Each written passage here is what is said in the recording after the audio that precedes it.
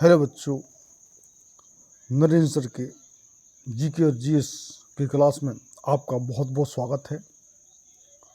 हम आपको आज 30 क्वेश्चन जीके और जीएस के बताएंगे, जो कि जीके और जीएस का जो क्वेश्चन है वो सभी सब्जेक्ट में से होकर होता है आपके, जो कि इसमें सभी साइंस के क्वेश्चन हैं, जो कि भौतिक विज्ञान, रसायन विज्ञान और जीव विज्ञान के क्वेश्चन हैं, कृषि विज्ञान के क्वेश्चन भी हैं, कंप्यूटर साइंस के क्वेश्चन भी हैं।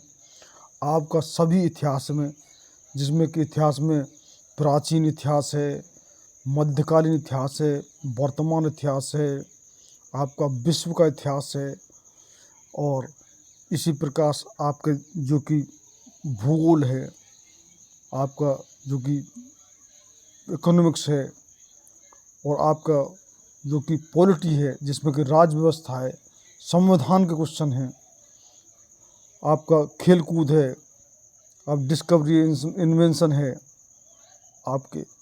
तो जो सब कुछ के जो क्वेश्चन इस जीके और जीएस में आते हैं, हमने आने वाली सभी परीक्षाओं के लिए specially SSC, CGL, MTS, GD सभी परीक्षाओं के लिए इसमें आपको क्वेश्चन हमने दिए हैं। तो आप परीक्षाओं से पहले निश्चित रूप से इसका रिवाइज करके जाएं, आपको बहुत लाभ होगा। आज का हमारा पहला क्वेश्चन है,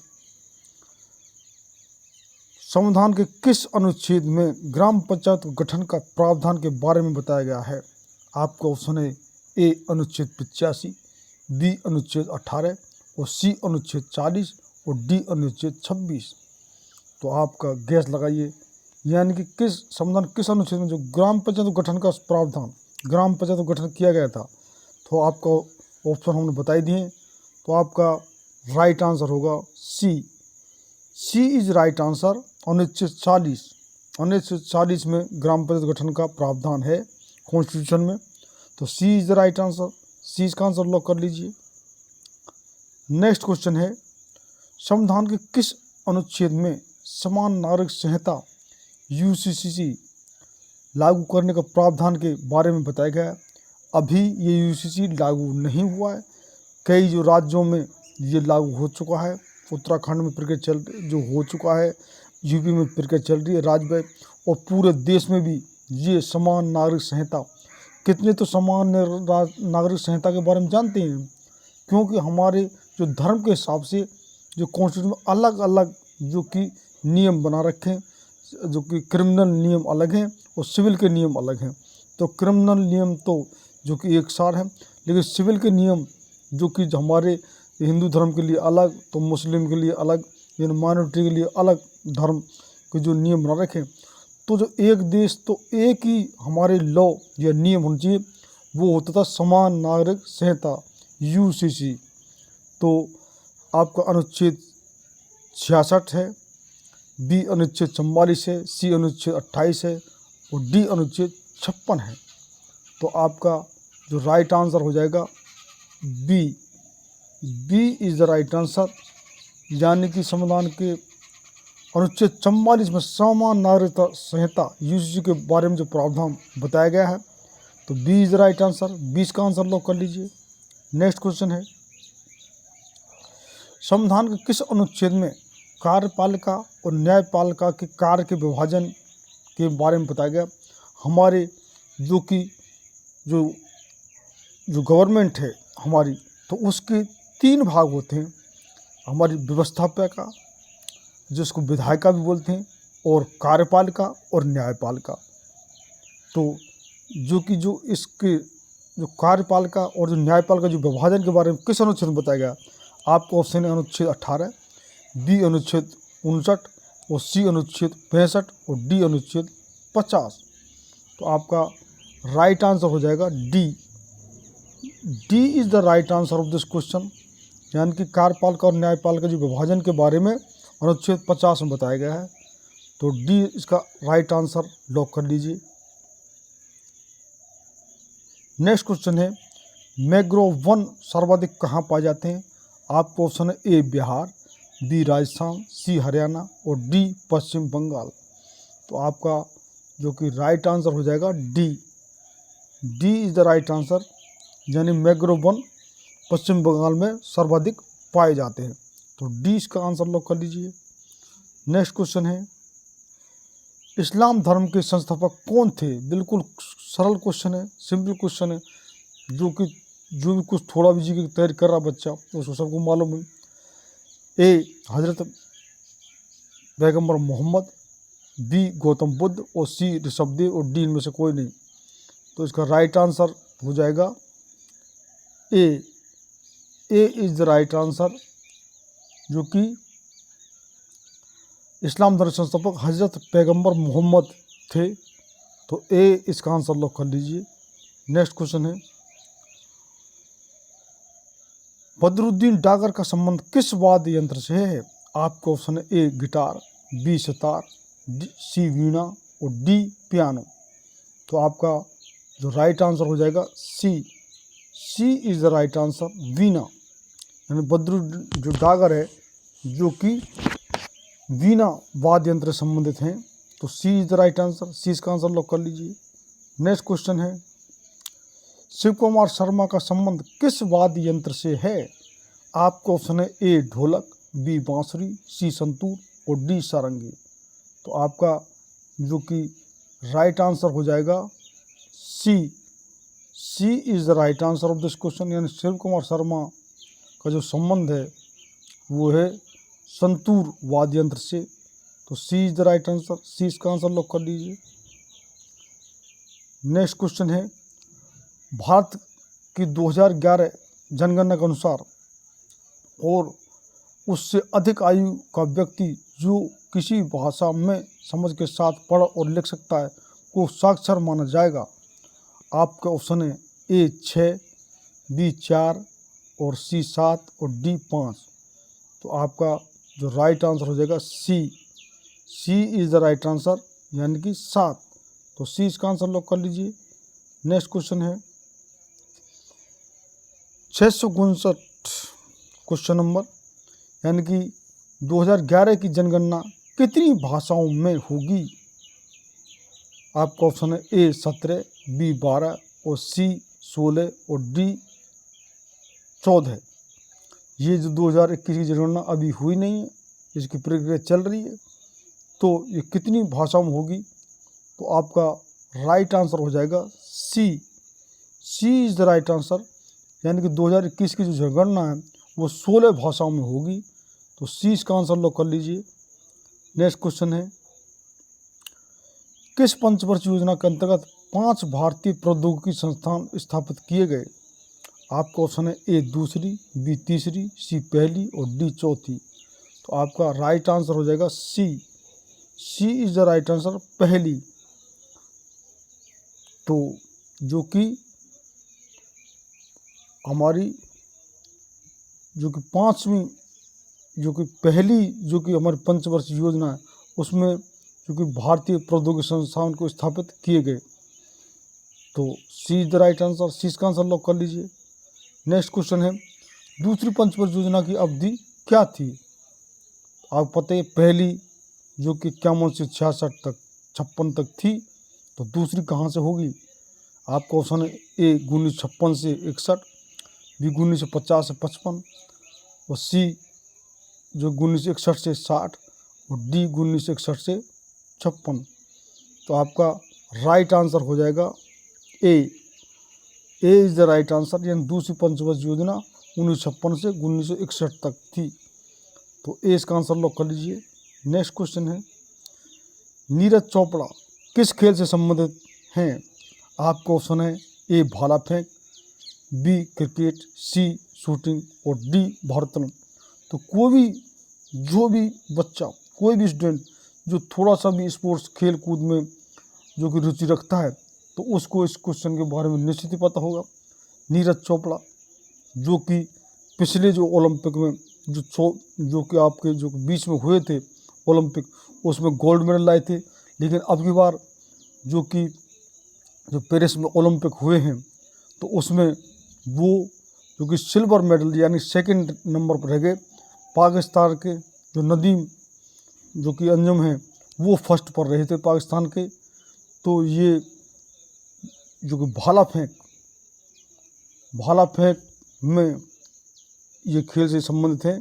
तो A is the right answer. ये अब की बार जो कि पेरिस ओलंपिक में 2024 में जो कि फ्रांस में हुआ है, तो उसमें ये सिल्वर मेडल लाए हैं। तो A is the right answer. A इसका आंसर लॉक कर लीजिए। नेक्स्ट क्वेश्चन है, मीराबाई चानू किस खेल से संबंधित हैं? आपके ऑप्शन है भाला फेंक, बी क्रिकेट, सी शूटिंग और डी भारोत्तोलन। तो आपका राइट आंसर हो जाएगा D. D is the right answer, भारोत्तोलन। तो डी इसका आंसर लॉक कर लीजिए। नेक्स्ट क्वेश्चन है, पनिहारी लोक नृत्य कहाँ प्रचलित है? आपका ऑप्शन है ए नागालैंड, बी गुजरात और सी राजस्थान और डी केरल। तो आपका जो कि राइट आंसर हो जाएगा सी, यानी जो पनिहारी लोक नृत्य जो कि कहाँ का है, राजस्थान का सबसे ज़्यादा प्रचलित है लोक नृत्य। तो सी इज द राइट आंसर। सी इसका आंसर लॉक कर लीजिए। नेक्स्ट क्वेश्चन है, गरबा लोक नृत्य कहाँ प्रचलित है?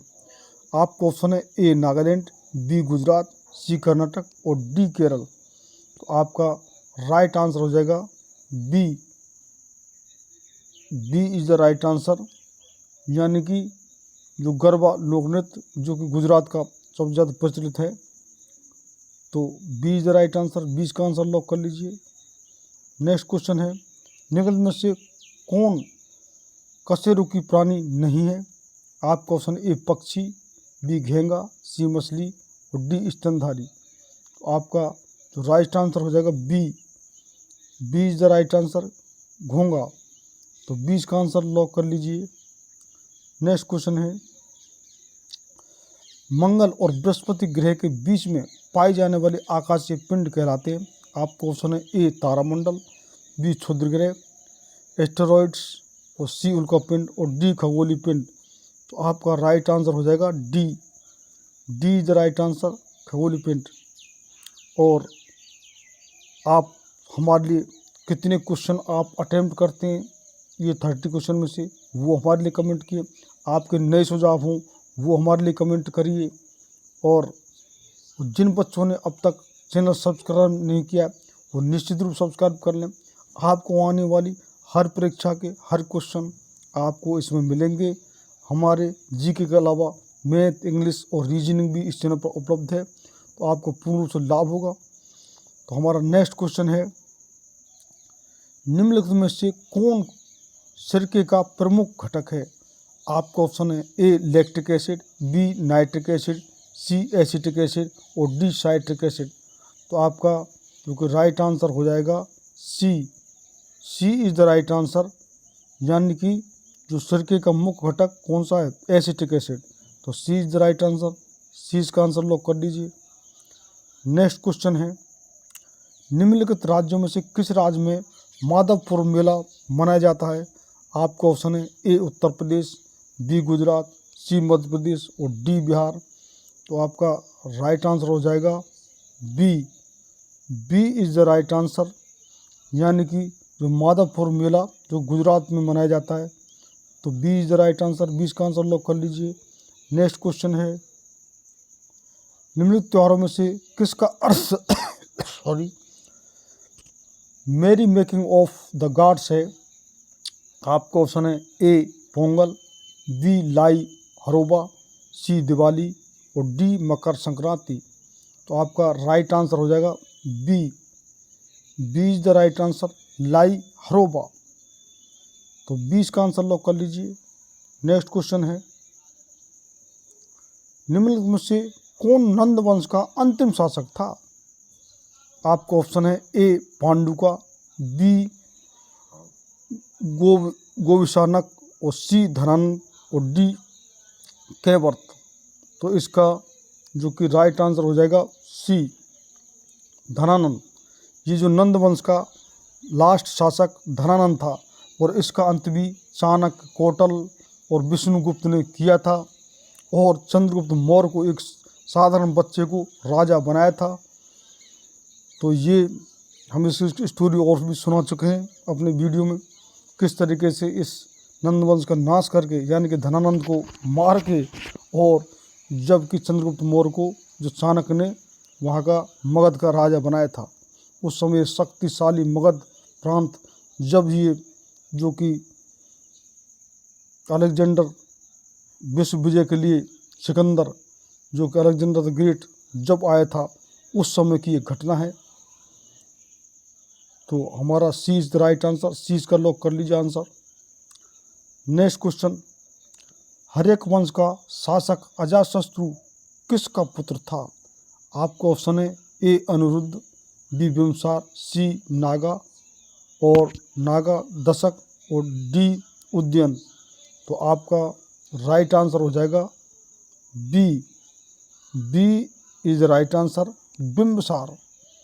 तो 20 का आंसर लॉक कर लीजिए। नेक्स्ट क्वेश्चन है, कर्नाटक किस जिले में ब्रह्मगिरी वन्यजीव अभ्यारण्य स्थित है? आपका ऑप्शन है ए हसन, बी उडुपी, सी मंड्या और डी कोडागु। तो आपका राइट आंसर हो जाएगा D, D is the right answer, Kodagu. तो डी इसका आंसर लॉक कर लीजिए। नेक्स्ट क्वेश्चन है, निम्न में से किसे पहले द लेडी विलिंगडन पार्क के रूप में जाना जाता था? आपको ऑप्शन है ए लोधी गार्डन को, बी डियर पार्क को, सी मुगल गार्डन को और डी बुद्ध जयंती पार्क को। तो आपका जो कि राइट आंसर हो जाएगा A, A is the right answer, यानी कि लोधी गार्डन को द लेडी विलिंगडन पार्क के रूप में जाना जाता था। तो ए इसका आंसर लॉक कर लीजिए। नेक्स्ट क्वेश्चन है, निम्नलिखित ग्रंथियों में से कौन सी ग्रंथि फेफड़ों के बीच विद्यमान रहती है? आपका ऑप्शन है ए शीश ग्रंथि पीनियल, बी बाल्य ग्रंथि थाइमस, सी अर्धस्वेतक जो ग्रंथि हाइपोथैलेमस और डी पीयूष ग्रंथि प्यूटरी। तो आपका जो कि राइट आंसर हो जाएगा B, B is the right answer, यानी बाल्य ग्रंथि थाइमस जो ग्रंथि फेफड़ों के बीच में होती है। तो 20 का राइट आंसर, 20 का आंसर लॉक कर लीजिए। नेक्स्ट क्वेश्चन, जब प्याज काटते हैं तो सिथेंज एंजाइम प्याज के एमिनो एसिड सल्फाइड को किस एसिड में परिवर्तित करता है? आपका option A sulphuric acid, B sulphuric acid, C citric acid और डी नाइट्रिक एसिड। तो आपका राइट आंसर हो जाएगा A, A is the right answer. तो ए इसका आंसर लॉक कर लीजिए। नेक्स्ट क्वेश्चन है, बोरा गुफाएं भारत की पूर्वी तट पर निम्नलिखित पहाड़ियों में से किस पहाड़ी पर स्थित हैं? आपका ऑप्शन है ए नागरी, बी नल्लामाला, सी हार्सले और डी अनंतगिरी। तो आपका राइट आंसर हो जाएगा डी, यानी कि जो बोरा गुफाएं तो वे अनंतगिरी जो पूर्वी तट पहाड़ियों पर स्थित हैं। तो D is the right answer, D इसका आंसर लॉक कर लीजिए। नेक्स्ट क्वेश्चन है, बॉम्बे अब मुंबई में गेटवे ऑफ इंडिया की आधारशिला किस वर्ष रखी गई थी? आपको ऑप्शन है ए 1915 में, बी 1920 में, सी 1905 में और डी 1911 में। तो इसका राइट आंसर हो जाएगा D, D is the right answer, यानी कि मुंबई में जो गेटवे इंडिया की जो आधारशिला रखी गई थी वो 1911 में। तो डी इसका आंसर लॉक कर लीजिए। नेक्स्ट क्वेश्चन है, 4वीं शताब्दी ईसा पूर्व में मगध की राजधानी को स्थानांतरित किया गया था। आपका ऑप्शन है A Mathura, B Pataliputra, C Panipat और डी वाराणसी। तो आपका राइट आंसर हो जाएगा B, B is the right answer, Pataliputra. और ये जो चाणक्य और जो धनानंद और जो चंद्रगुप्त मौर्य की कहानी वो 4थे ईसा पूर्व की ही कहानी है, जब जो कि चाणक्य ने धनानंद का राज हटा करके चंद्रगुप्त मौर्य को जो कि राजा बनाया था। तो और चंद्रगुप्त मौर्य के बिंबिसार और बिंबिसार के थे अशोक, ये और फिर उनके अजातशत्रु इसी में जो कि ये आपका 20 राइट आंसर और 20 का आंसर लॉक कर लीजिए। नेक्स्ट और लास्ट क्वेश्चन इसका, शुष्का छिपाक विटामिन की कमी के कारण होता है।